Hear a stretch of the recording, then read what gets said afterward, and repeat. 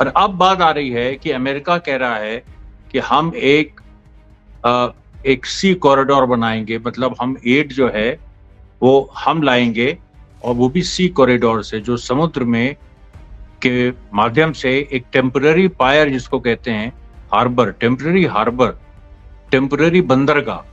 Temporary बंदरगाह हम बनाएंगे और उसके माध्यम से हम एड पहुंचाएंगे। इस सवाल पे भी इजराइल से उसकी तकरार है अमेरिका की, लेकिन इस पे जो बाइडेन, जो अमेरिका की प्रेसिडेंट है, मेरे ख्याल से वो आजिज आ गए हैं इस मामले में कि उनके इलेक्शन में ये नेतन्याहू बिल्कुल मदद नहीं कर रहा है कि भाई कुछ तो अच्छी इमेज अमेरिका की जाए। एक मामला है अमेरिका का, तो अमेरिका तो चाहता नहीं है कि एक अरब स्टेट वहां पर और बने।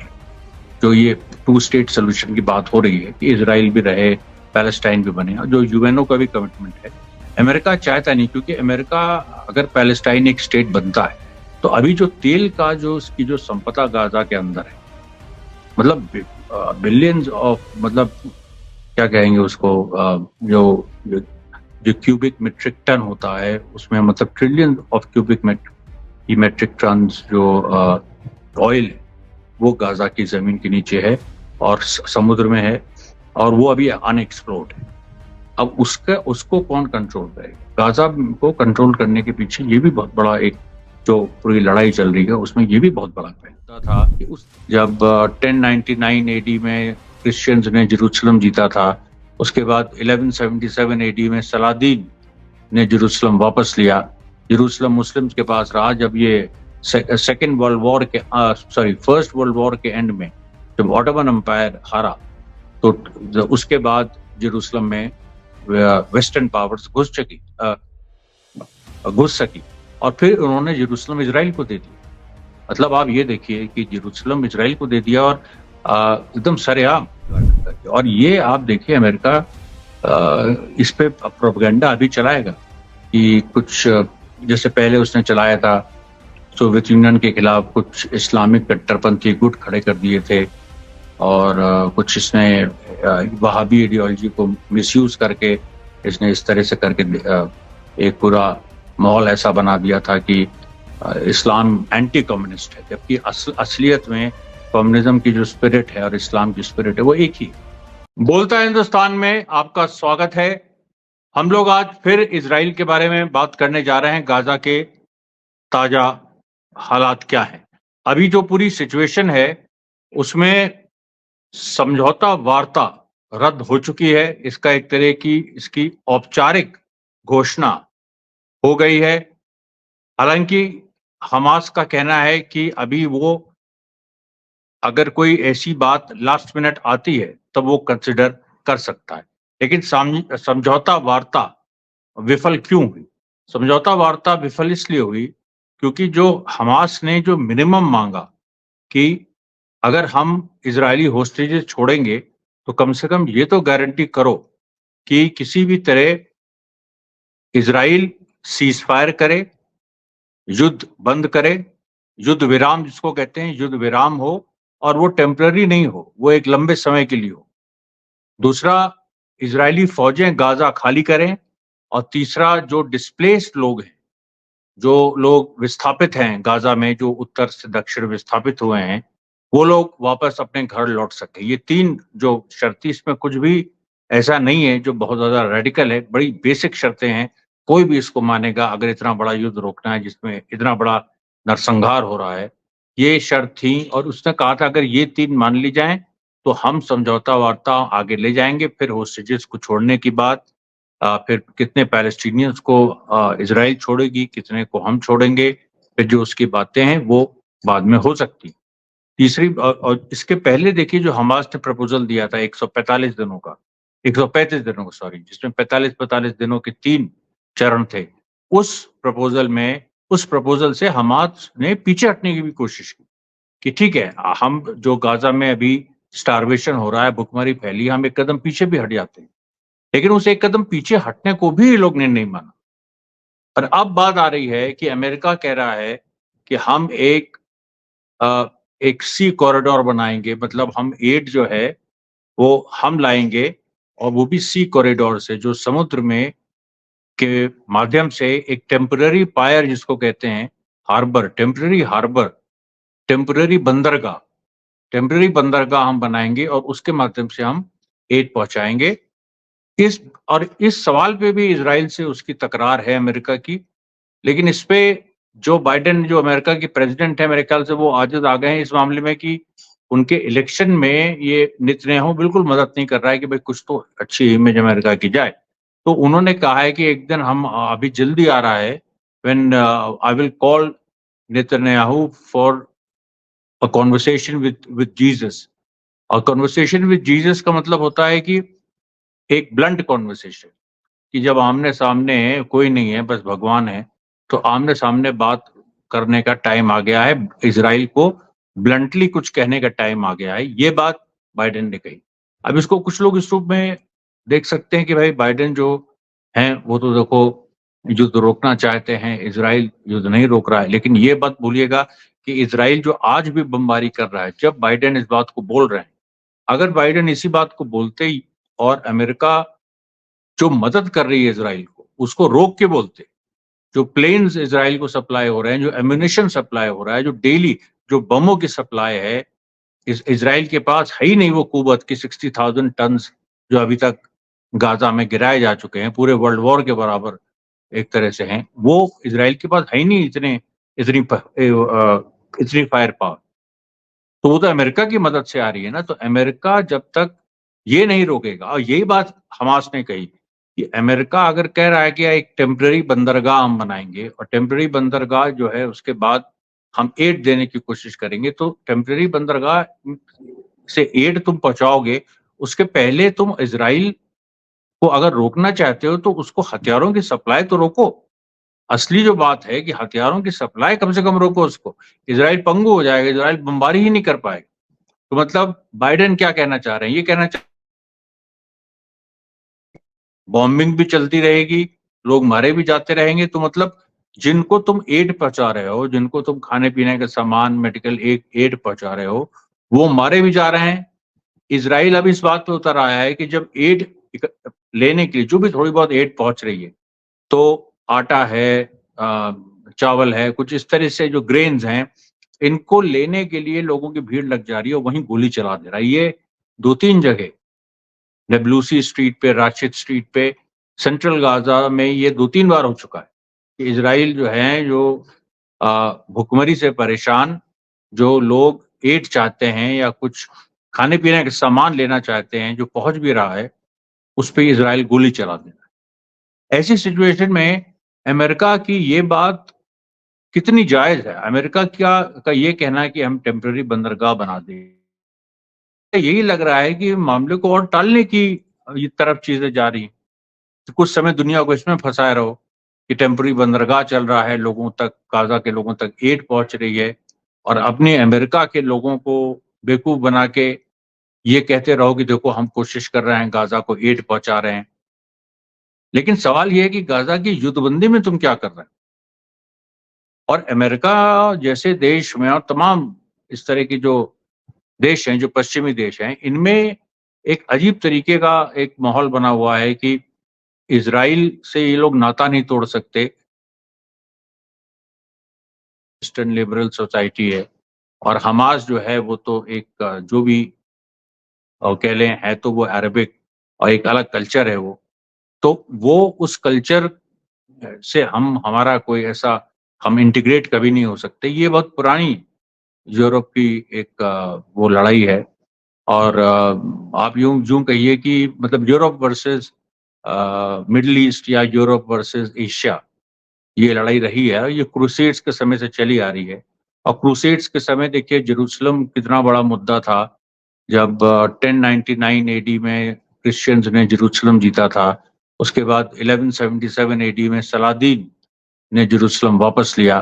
जेरूसलम मुस्लिम्स के पास रहा। जब ये सेकेंड वर्ल्ड वॉर के फर्स्ट वर्ल्ड वॉर के एंड में जब ऑटोमन एम्पायर हारा, तो उसके बाद जेरूसलम में वेस्टर्न पावर्स घुस सकी, और फिर उन्होंने जेरूसलम इजराइल को दे दिया। मतलब आप ये देखिए कि जेरूसलम इजराइल को दे दिया, और एकदम सरेआम, और पूरा बिट्रेयल किया। वो मैं एक पूरा आपको बताऊंगा कभी कि जो फर्स्ट वर्ल्ड वॉर चल रही थी उसमें ऑटोमन टर्क्स जो थे वो जर्मनी के साथ थे, जर्मनी और ऑस्ट्रिया के साथ थे। इधर इंग्लैंड, फ्रांस, रशिया, ये एक अलायंस था। बाद में अमेरिका भी इनके साथ हो गया। तो उसमें जो हार हुई फर्स्ट वर्ल्ड वॉर में जर्मनी की, तो ऑटोमन टर्क्स की भी हार हुई।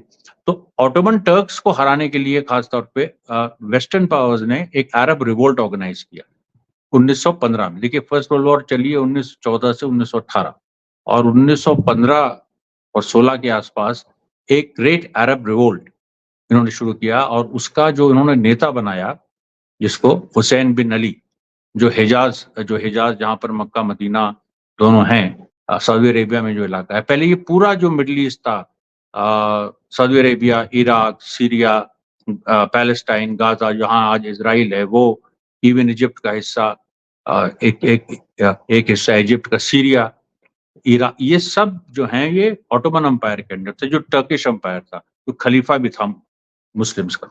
जब टर्किश एम्पायर टूटा और उसको तोड़ने के लिए इन लोगों ने अरब रिवोल्ट, क्योंकि अरब जो लैंड्स थी, अरब जो थे उनका एम्पायर था 1750 एडी से लेके 1258 एडी तक।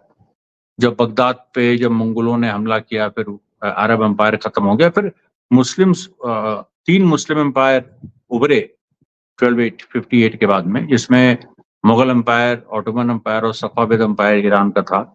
और तीनों एम्पायर बहुत जबरदस्त थे, जिन्होंने लर्निंग में, एजुकेशन में, सब चीज में उन्होंने एक तरह से रास्ता दिखाया। इतने अमीर थे कि वेस्ट ने तीनों के साथ संबंध बनाए, और धीरे धीरे इंडिया में एक दूसरा खेल खेला। ईस्ट इंडिया कंपनी ने इंडिया में मुगल एम्पायर खत्म किया, उधर सफाविद में ईरान एम्पायर खत्म किया, उधर ईरान में सफाविद एम्पायर खत्म किया, उधर टर्की लास्ट था, और उसको फर्स्ट वर्ल्ड वॉर के बाद टर्की के ऑटोमन एम्पायर को वेस्टर्न पावर्स ने खत्म किया। और उन्होंने वहां पर जाके पूरा, मतलब समझिए आपकी, टर्की को ह्यूमिलेट किया, और अरब से कहा कि हम तुम्हें आजादी देंगे, कि तुम इतने साल से टर्किश रूल में थे, हम तुम्हें आजादी देंगे, एक अलग अरब नेशन देंगे। लेकिन उसी के साथ साथ 1917 में बेल्फोर डिक्लेरेशन भी अंग्रेजों ने दिया, जिसमें उन्होंने जूस को प्रॉमिस किया कि हम तुमको यहीं पर पैलेस्टाइन में एक होमलैंड देंगे। एक तरफ अरब से कह रहे थे कि सारे अरेबिया को यूनाइट करके, उस समय ये बात नहीं थी कि इराक और सीरिया और ये सब अलग देश बनेंगे, नहीं, सारे अरेबिया को यूनाइट करके एक अरब नेशन बनेगा, और उसका नेता ये हुसैन बिन अली होगा। और हुसैन बिन अली ने हिजाज से विद्रोह शुरू किया। उसके लड़के फैसल ने, जिसमें लॉरेंस ऑफ अरेबिया जो फिल्म है उसमें वो कैरेक्टर भी, जो एंथनी क्विन, एलेक गिनेस जो कैरेक्टर प्ले करते हैं फैसल का,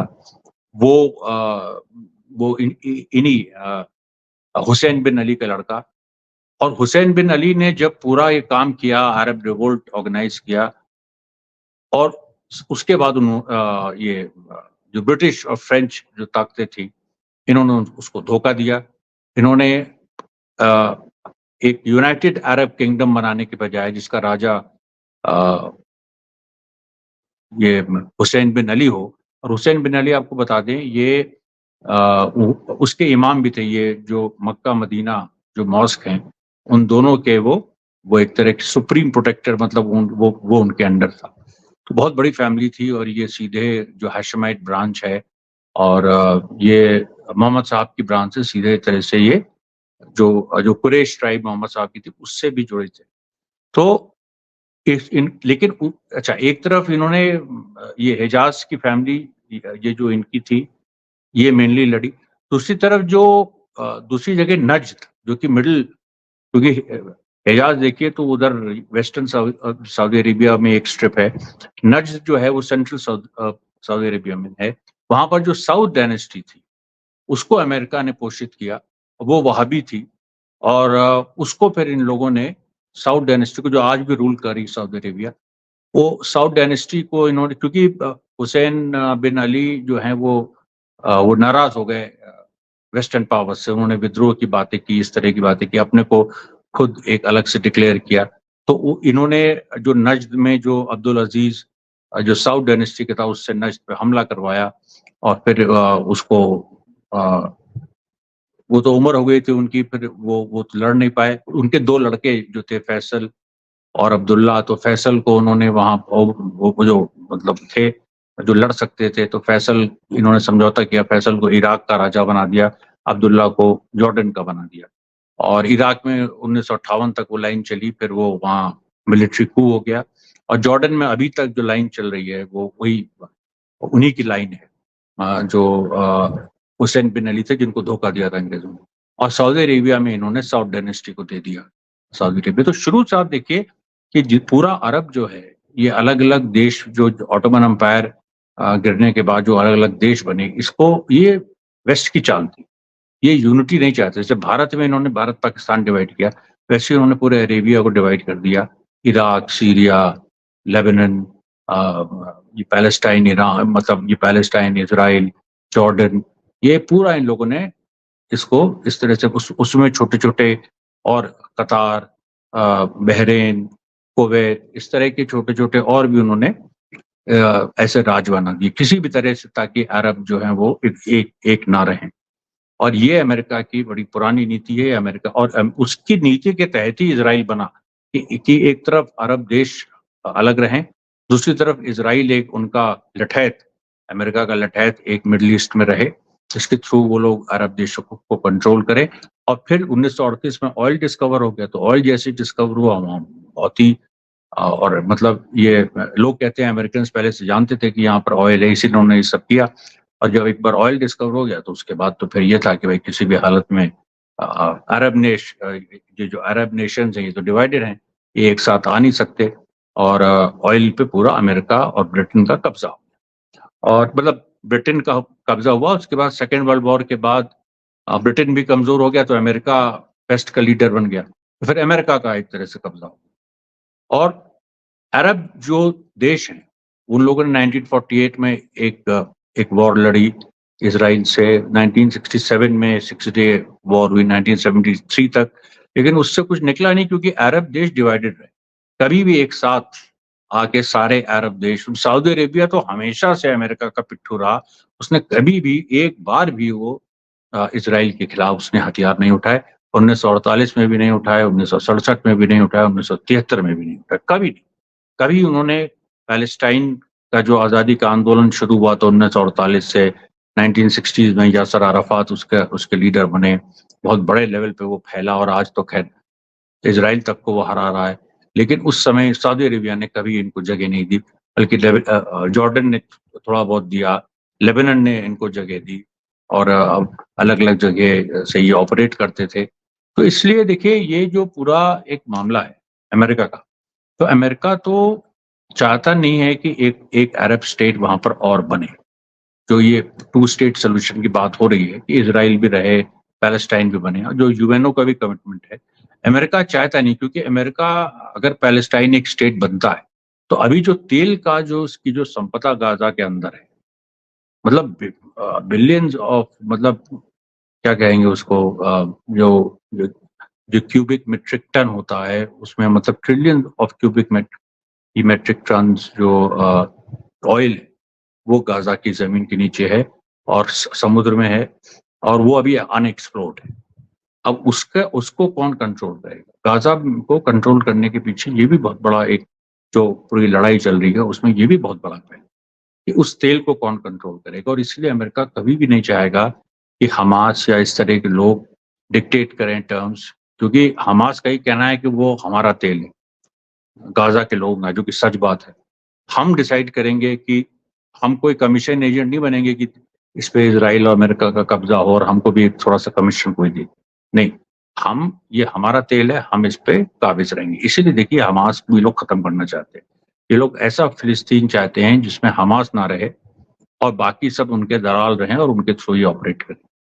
अब ऐसी स्थिति में हमास जो है वो, लेकिन वो कैसे इस चीज को माने, और फिलिस्तीनी जनता कैसे मान ले इस चीज को कि वो एक दलाली की भूमिका में रहे, जबकि वो ओनर है, वो एक तरह से घर उसका है, लेकिन उसको बाहर करके ये करके कि तुमको किराएदार हम बना देंगे, तुम एक हिस्सा ले लो। इस तरह की देखिए कोशिश अमेरिका की हो रही है। और ये जो पूरी बात है, ये जो अंतर्राष्ट्रीय वित्तीय पूंजी का जो ये चेहरा है, जिसमें ये अब दुनिया पे, पहले तो ये था कि चलो दुनिया में अपनी पूंजी भेजो, विदेशी पूंजी के थ्रू लोगों को एक्सप्लॉइट करो। लेकिन अब तो ये सीधे ज़मीन हथियाना चाहते हैं और ये केवल गाज़ा में जो हो रहा है, ये रिहर्सल है। इसके बाद ये भारत में भी होगा। इसके बाद ये और भी छोटे देशों में जो है वो होगा। पाकिस्तान, भारत अभी अलग-अलग हैं। दोनों को इस तरह से इन लोगों की प्लानिंग है कि दोनों की ज़मीन कब्ज़ा की जाए। उसके बाद ये अमेरिका, इज़राइल दोनों की। उसके बाद आप देखिए तो सारे सेंट्रल एशियन रिपब्लिक्स हैं। अफ़गानिस्तान भी, अगर इंडिया पाकिस्तान नहीं रहेगा तो अफ़गानिस्तान कब तक टिक पाएगा? उसी तरह से जो पूरे अरब देश हैं। लेकिन यहाँ पर देखिए, यहीं पर रशिया और चाइना की जो भूमिका आ जाती है कि रशिया और चाइना ये होने नहीं देंगे और ये हो जब तक रशिया और चाइना है। अमेरिका की कोशिश है कि रशिया और चाइना को खत्म करो। यूक्रेन में फँसा के रशिया को खत्म करो और चाइना को फिर धीरे-धीरे आइसोलेट कर दो। इसके लिए ही यूक्रेन में लड़ाई चल रही है। यूक्रेन की लड़ाई लेकिन अमेरिका हार रहा है और उसने बहुत कोशिश की कि अपने पपेट्स को खड़ा करने की, एक कुछ ऑपोज़िशन खड़ा करने की पुतिन के खिलाफ, लेकिन वो ऑपोज़िशन खड़ा नहीं हो रहा है। बल्कि रशिया में तो उल्टी गंगा बह रही है, रशिया में कम्युनिज़्म लौट रहा है। अभी जो रशियन ट्रूप्स ने यूक्रेन में विक्ट्री हासिल की अवदीव्का वगैरह में, उसमें जो एक तरह से जो झंडा फहरा, वो रशिया का झंडा नहीं फहरा, वो अ, जो कम्युनिस्ट पार्टी रशिया की, जो 1990 में खत्म कर दी थी अमेरिका में, उसका झंडा फहरा है। अब आप सोचिए। तो पुतिन और ये सब लोग अंदर से सब कम्युनिस्ट ही हैं और ये लोग उस रास्ते वापस जाना चाहते हैं जब सोवियत यूनियन था। और अमेरिका को तो रातों की नींद उड़ी हुई जब से ये सब हुआ है। और कंट्रोल गाज़ा भी ये जीत नहीं पा रहे हैं। गाज़ा में भी जो हमास ने लाइन ले ली है, वो लाइन एक बड़ी ये कम्युनिस्ट टाइप लाइन है हमास की कि हम किसी भी तरह से सरेंडर नहीं करेंगे। पूरा इस्लामिक फ्रेमवर्क में इस्लाम के हिसाब से वो हर चीज़ को देखते हैं, जस्टिफाई करते हैं। लेकिन उसमें जो इस्लाम और कम्युनिज़्म में, मार्क्सिज़्म में जो समानताएँ हैं, उन चीज़ को हाइलाइट कर रही है हमास। और उसमें वो इस तरह से चीज़ों को रख रही है कि कैसे इस्लाम भी इस बात की इजाज़त नहीं देता कि तुम नाइंसाफ़ी होने दो। इस बात की इजाज़त नहीं देता कि एक कोई देश दूसरे देश पे कब्ज़ा करे। इस बात की इजाज़त नहीं देता कि ज़ुल्म होता रहे और तुम हथियार ना उठाओ। और जितना भी बड़ा शैतान हो, अगर वो शैतान है, तो उसके खिलाफ लड़ना लाज़िम है, ये इस्लाम कहता है। और इस बात को हमास ने रेखांकित किया, बहुत सारे कोट्स इस्लाम के, और इससे वहाँ की जनता को बात समझ में आई। लेकिन यही बात मार्क्सिज़्म भी कहता है, एक वो वो हमेशा से ये था, लेकिन वेस्ट ने इन लोगों को एक नहीं होने दिया, इस्लाम और मार्क्सिज़्म। लेकिन अब जो पूरी नई परिस्थिति आ रही है, उसमें देखिए गाज़ा में क्या हो रहा है। गाज़ा में जो हमास एक इस्लामिक रेजिस्टेंस फोर्स है और दूसरी तरफ पीएफएलपी है, जो एक मार्क्सिस्ट लेनिनिस्ट रेजिस्टेंस फोर्स है, और दोनों इस समय एक साथ लड़ रहे हैं और उनमें बिल्कुल एक बड़ी करीबी एकता बनी हुई है। लाल झंडा और हरा झंडा एक साथ वहाँ पर खड़ा हो रहा है गाज़ा में। तो ये सब चीज़ें देखिए नींदें उड़ा देने वाली है अमेरिका की। और ये आप देखिए अमेरिका इस पे प्रोपेगेंडा अभी चलाएगा कि कुछ जैसे पहले उसने चलाया था, सोवियत यूनियन के खिलाफ कुछ इस्लामिक कट्टरपंथी गुट खड़े कर दिए थे और कुछ इसने वहाबी आइडियोलॉजी को मिसयूज़ करके इसने इस तरह से करके एक पूरा माहौल ऐसा बना दिया था कि इस्लाम एंटी कम्युनिस्ट है, जबकि असलियत में कम्युनिज्म की जो स्पिरिट है और इस्लाम की स्पिरिट है वो एक ही है।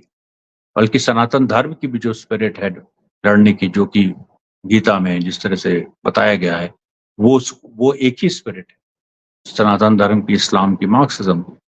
और तीनों को मिला के एक नया एक मतलब एक एक परिस्थिति बन सकती है दुनिया में। अभी सनातन धर्म वाली ये वो तो आरएसएस से लड़ रहा है यहाँ पर इंडिया में, वो एक लड़ाई जैसी तय होती है वैसे ही ग्लोबल स्टेज पे सनातन धर्म भी इस्लाम और मार्क्सिज्म के साथ आके अमेरिका का विरोध करेगा। लेकिन अभी जो पूरी स्थिति है उसमें एक तो चीज़ हो गई कि इस्लाम और जो अ, मार्क्सिज्म है, ये ज़रूर एक साथ खड़े हो गए। और इसमें अभी मॉस्को में हमास की मीटिंग हुई। अभी मॉस्को में तमाम पैलेस्टीनियन फैक्शंस की मीटिंग हुई, जो कि बहुत बड़ा डेवलपमेंट है। चाइना ईरान के बहुत करीब आ रहा है, और ईरान आप जानते ही हैं, ईरान ने ऑलरेडी अपनी जो उसकी उसकी थ्योरी है वो पूरी यही है। वो भी इस्लाम को एक क्रांतिकारी सिद्धांत के रूप में देखता है, और कि इस्लाम जुल्म के खिलाफ और एक देश का दूसरे देश पे जो कब्जा है उसको हटाने, अ, यही सबसे बड़ा इस्लाम, सबसे बड़ी जो एक मुस्लिम होने की जो सबसे बड़ी बात है वो यही है कि नाइंसाफी के खिलाफ लड़ो, जुल्म के खिलाफ लड़ो, और दुनिया में जो एक मजदूर की, एक किसान की मेहनत को जो लूटता है उसके खिलाफ लड़ो। ये जो पूरी बात है ये ईरान की है। तो अब ईरान देखिए, सोवियत रशिया के करीब आ रहा है, चाइना के करीब आ रहा है। चाइना कम्युनिस्ट कंट्री है, सोवियत रशिया भी लगभग कम्युनिस्ट कंट्री इसको कह लीजिए। अब वो फिर बस फॉर्मल अनाउंसमेंट बाकी है। अब इधर आप आइए तो जो पूरा जो सीरिया में भी देखिए लेफ्ट फोर्सेस हैं, सब जगह इस तरह की एक सिचुएशन बन रही है जिसमें अमेरिका और इनकी दादागिरी के खिलाफ लेफ्ट फोर्सेस का राइज है, और ये लोग परेशान हैं। मतलब लेफ्ट प्लस इस्लामिक, ये जो कॉम्बिनेशन बना है, और अमेरिका जो है इससे बहुत, क्योंकि इसने कभी सपने में नहीं सोचा था ये दोनों एक हो जाएंगे। इसकी पूरी कोशिश थी कि इन दोनों को अलग किया जाए, और उसने बहुत सारी कम्युनिस्टों के अंदर भी इन्फिल्ट्रेट करके और इस्लाम को आइसोलेट किया, और बड़ा लंबा फिर इस्लामिक फोर्सेस की, और वहाँ सोवियत यूनियन, जो अफगानिस्तान में इन्वेजन हुआ, लड़ाई भी हुई, सब कुछ हुआ। लेकिन आज लोग इस नतीजे पे पहुंचे हैं कि इस्लाम और कम्युनिज्म को एक एक तरह से एक प्लेटफॉर्म पे खड़े होकर लड़ना चाहिए, तभी दुनिया को बचाया जा सकता है। तो आज देखिए गाजा में जो हो रहा है, अभी जो खास घटनाएं घटी, उनमें देखिए वेस्ट बैंक में किस तरीके से एक गाजा, जैसे गाजा में ट्रैप करके और बूबी ट्रैप करके, और फिर लुभा के इजरायली सैनिकों को बुलाया जा, मतलब किसी इमारत में फंसाया जाता है, फिर उस इमारत में पहले से बम रखे होते हैं और उसको हमास एक्सप्लोड कर देता है, इजरायली सैनिक मारे जाते हैं। उस तरह की चीज वेस्ट बैंक में नहीं हो रही थी, क्योंकि वेस्ट बैंक बहुत फैला हुआ है, उस तरह से वो कंजेस्टेड एरिया नहीं है जहाँ ये सब संभव हो सके। लेकिन वहां भी वेस्ट बैंक में अभी आज की घटना है, आज की सॉरी कल की, फ्राइडे की, जिसमें रेजिस्टेंस फाइटर्स ने जो एक जेनिन जगह है, जेनिन में रेजिस्टेंस फाइटर्स ने इसी नहीं सॉरी तुलकरेम में, तुलकरेम तुलकरेम और जेनिन में, दोनों में से एक जगह रेजिस्टेंस फाइटर्स ने इस तरह से इजरायली फोर्सेस को फंसाया, उनको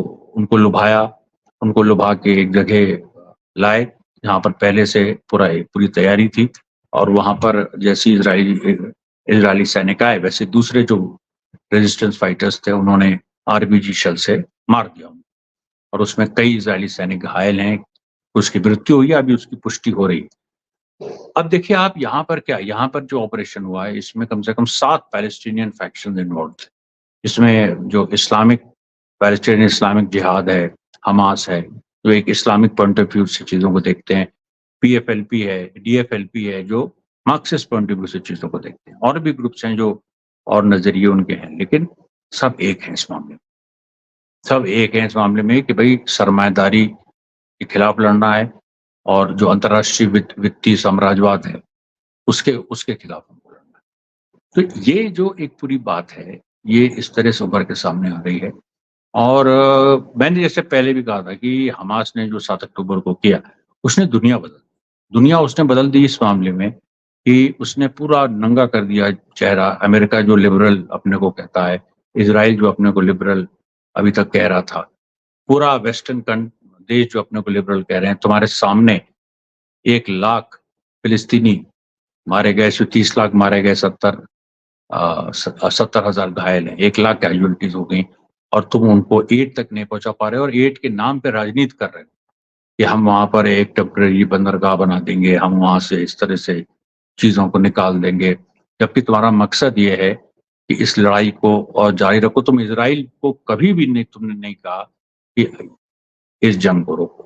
तो ये जो पूरी बात है कि ये जंग अब एक बड़ी जंग बन गई है, विश्व युद्ध की तरफ चीजें बढ़ रही हैं, और वो उस विश्व युद्ध की जो तस्वीर है वो साफ हो रही है कि कौन से देश किधर रहेंगे और किन किन देशों पे पूरा खतरा है। अमेरिका जो कर रहा है गाजा में, उस वो सीधे तौर पे जो ब्राजील और इंडिया और इस तरह से जो देश हैं जो जिनको विकासशील कहा जाता है, डेवलपिंग नेशंस, एक होते हैं डेवलप्ड नेशन, एक डेवलपिंग और एक अंडर डेवलप। तो इंडिया अंडर डेवलप से डेवलपिंग में आ गया है ब्राजील के लेवल पे इसके। तो ऐसे, लेकिन आगे उनको नहीं बढ़ने देना है, ये अमेरिका की चाल है, सीधी सीधी चाल है। इसमें कोई भी आप देखिए, किसी भी आप बीजेपी के आदमी से भी पूछिए या आरएसएस के आदमी से पूछिए, जो भी थोड़ा बहुत जानता है उससे पूछिए आप कि जो गाजा में हो रहा है वही चीज अमेरिका इंडिया में करेगा क्या? तो वो आपको ये बात कहेगा।